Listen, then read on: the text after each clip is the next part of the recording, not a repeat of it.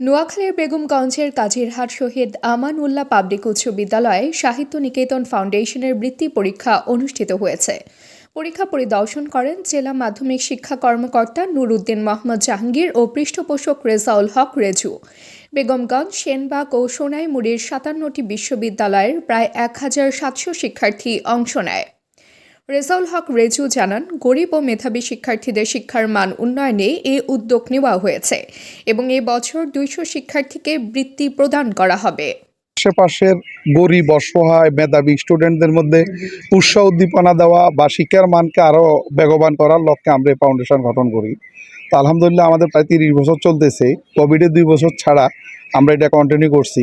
নিরপেক্ষতা এবং সঠিক সময়ে ফলাফল ঘোষণা করা এবং সার্টিফিকেট আনুষ্ঠানিকভাবে প্রদান করা, এই 3 ক্ষেত্রে সাহিত্য নিকেতন টোটাল জেলার মধ্যে সবচাইতে এগিয়ে আছে।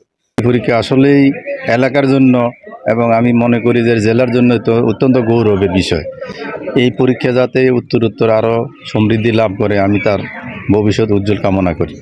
সাহিত্য নিকেতন বৃত্তি পরীক্ষা আজকে অনেক বছর থেকেই ধারাবাহিকতা চলতেছে। আমি খুব খুশি। আমার বড় মেয়ে থেকে শুরু করে সেই 15 বছর আগ থেকে এই পরীক্ষাটা চলতেছে।